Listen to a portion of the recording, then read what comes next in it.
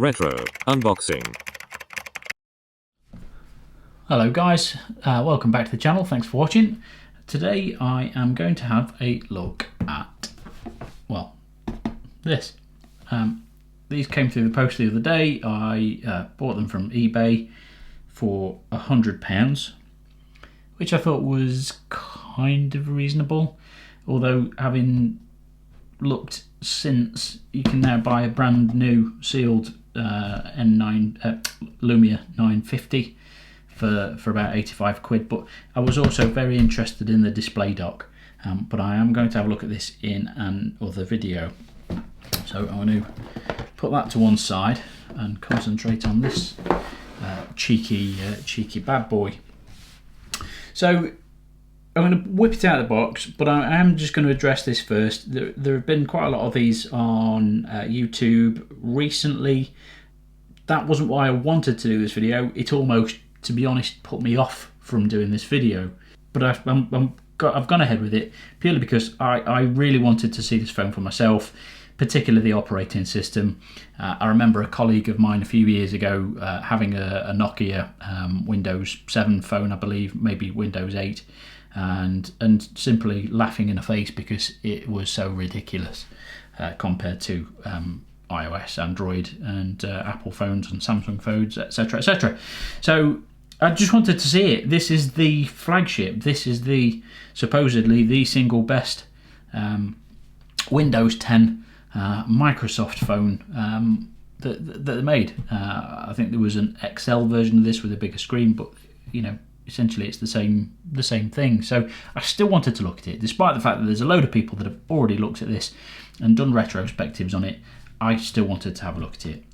So I don't necessarily consider it retro in the same way that, you know, a Samsung D900, but it's a defunct platform. They don't use it anymore, they don't make it anymore, they've stopped supporting it. So I consider it retro in that respect. That's why I'm including it in the channel. So I was keen to get it through. I quite like the boxing. I like the fact that there's a lot of you know, synergy. They've thought about these things as they've made them. They obviously thought they were going to be successful, and you know, in a lot of ways, it's a shame. It's a shame that they weren't. So anyway, let's. This isn't brand new. The seller said that it was, you know, mint condition. I have looked at it, and it is in pretty good condition. It's not absolutely mint. The screen is perfect. There's a couple of little minor marks here and there, but you know, it's pretty good. The other thing that I wasn't sure about is if something was missing, because on the back here it shows that we should have, well, indeed, the phone, a battery, a cable, and then a charge thing, and I assume that means a little booklet. So what I wasn't sure about is whether there's a separate charger and a separate cable, but when we pop the box open, we'll find out. There's not really much in the way of specifications on the box, which is unusual. It simply says here that you've got a Qualcomm Snapdragon and Zeiss optics. It doesn't go into the processor specifics, or the RAM, or the amount of storage that's in there. Doesn't even really say much on the side there. So I'll slide this open, and actually all we've really got in here is the promised leaflet, which looks like she must have used it, because quite frankly it's not a simple phone. It's not a simple operating system to use. I did like the fact that you can use the front camera to unlock the phone. I haven't tried it, but you can set up some sort of biometric authentication. And also, what I was really interested in is the fact that this is a USB-C. Now, I must admit, I meant to look into when USB-C was actually first used, but I'm not saying that this was the first, but I bet it was close, especially on a smartphone. What else is on the back here? Just tells you what to do with your finger. Let's just chuck this to one side and have a look at the phone. So awkward as ever to get out of the box. I don't know when it was new. Maybe there was one of the little tabs. So yeah, that's the only other thing that's come with it. So I wonder if in the full retail box there should have been a USB-C cable as well, but that's what I've got. I'll pop the battery in and get this thing started up. But yeah, it's neat, it's tidy. The thing is, it's plastic. The back is plastic, and because this back bit, as I'll show you now, comes off to allow you to put your SIM card and micro SD card and battery in here. You see, it's more like, for me, it actually reminds me of the Samsung Galaxy S2. Maybe a slightly kind of snazzier version of that. It's just this is plastic.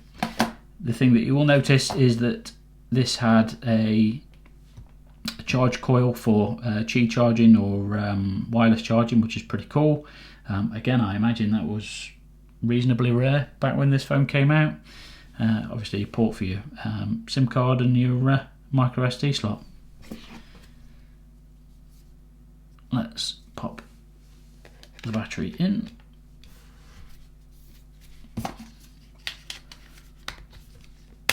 Stick the back on. I'm going to give the screen a quick wipe from where I've just got my grubby fingerprints, although I will get more of those on it. Let's turn it on.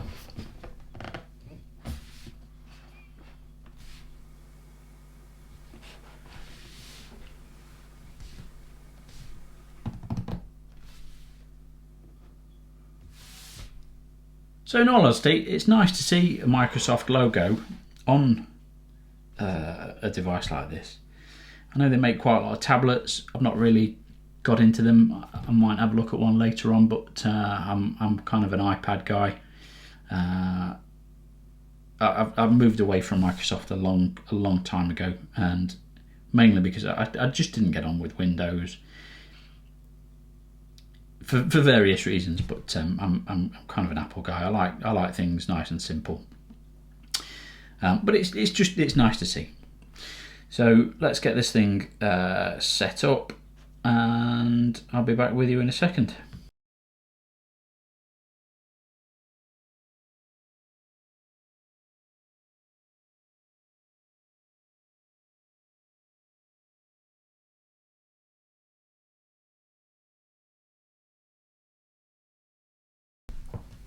Right, so we are into the phone now.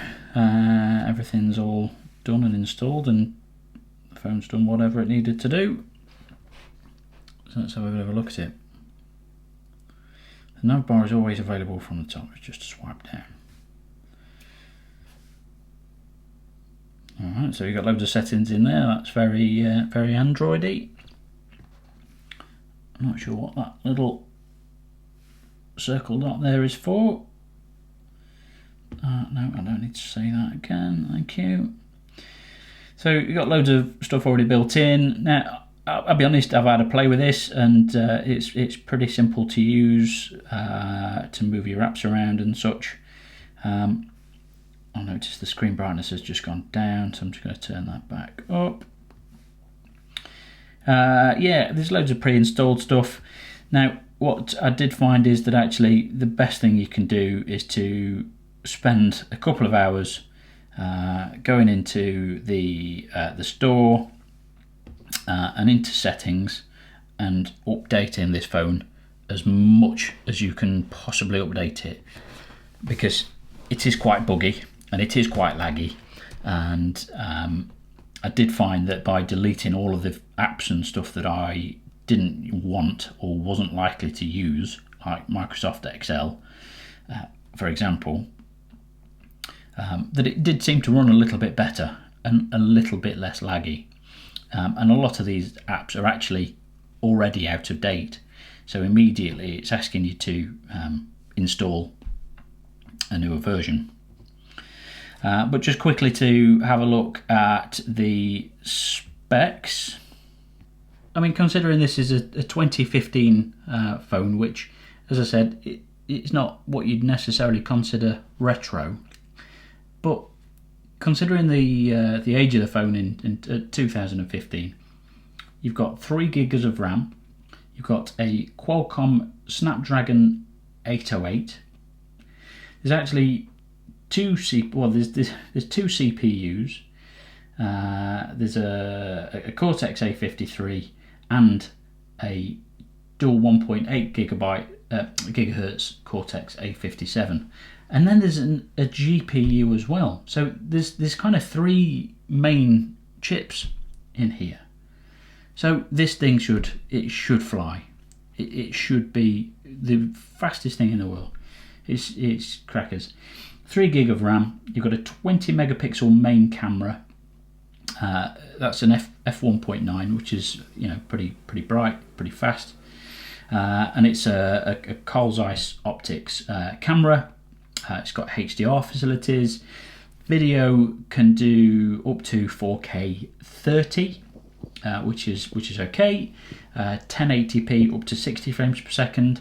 The selfie camera is 5 meg. You can see on the front here there's a few various sensors and things. I don't quite like these little. They're just like little drill holes for the microphone. I don't particularly like those, but it is what it is. The speaker's pretty crap. Wi-Fi up to N and AC, Bluetooth 4.1, A2DP. GPS has got GLONASS. I mean, that's pretty unusual. USB 3.1. Apparently it's got an FM radio, which is interesting. It's got an iris scanner. It's got all the usual accelerometers, gyros. It's got wireless charging, fast charging to 18 watts. It's a powerful phone, but it is slow as shit. Microsoft must have gone out of their way to make this one of the most powerful phones of its time, and then stitch it up with such a crap bit of software. And it's not the software as you look at it. It's quite sexy software, and you can see it looks like it's running pretty swiftly, but you just get so many. This is ridiculous. It looks like it's running pretty quickly now. It isn't. It's terrible. What I'm going to do is spend a bit of time with it. I'm going to get it set up. I'm going to try and set it up as if I was going to keep this phone and use it as my daily phone, and see how I get with it. And then what I'm going to do is come back in a couple of days. I'm going to finish the video and sort of talk through a few more of my thoughts and what apps I've got on it and that kind of stuff. So I'll see you in a couple of days. Retro Unboxing.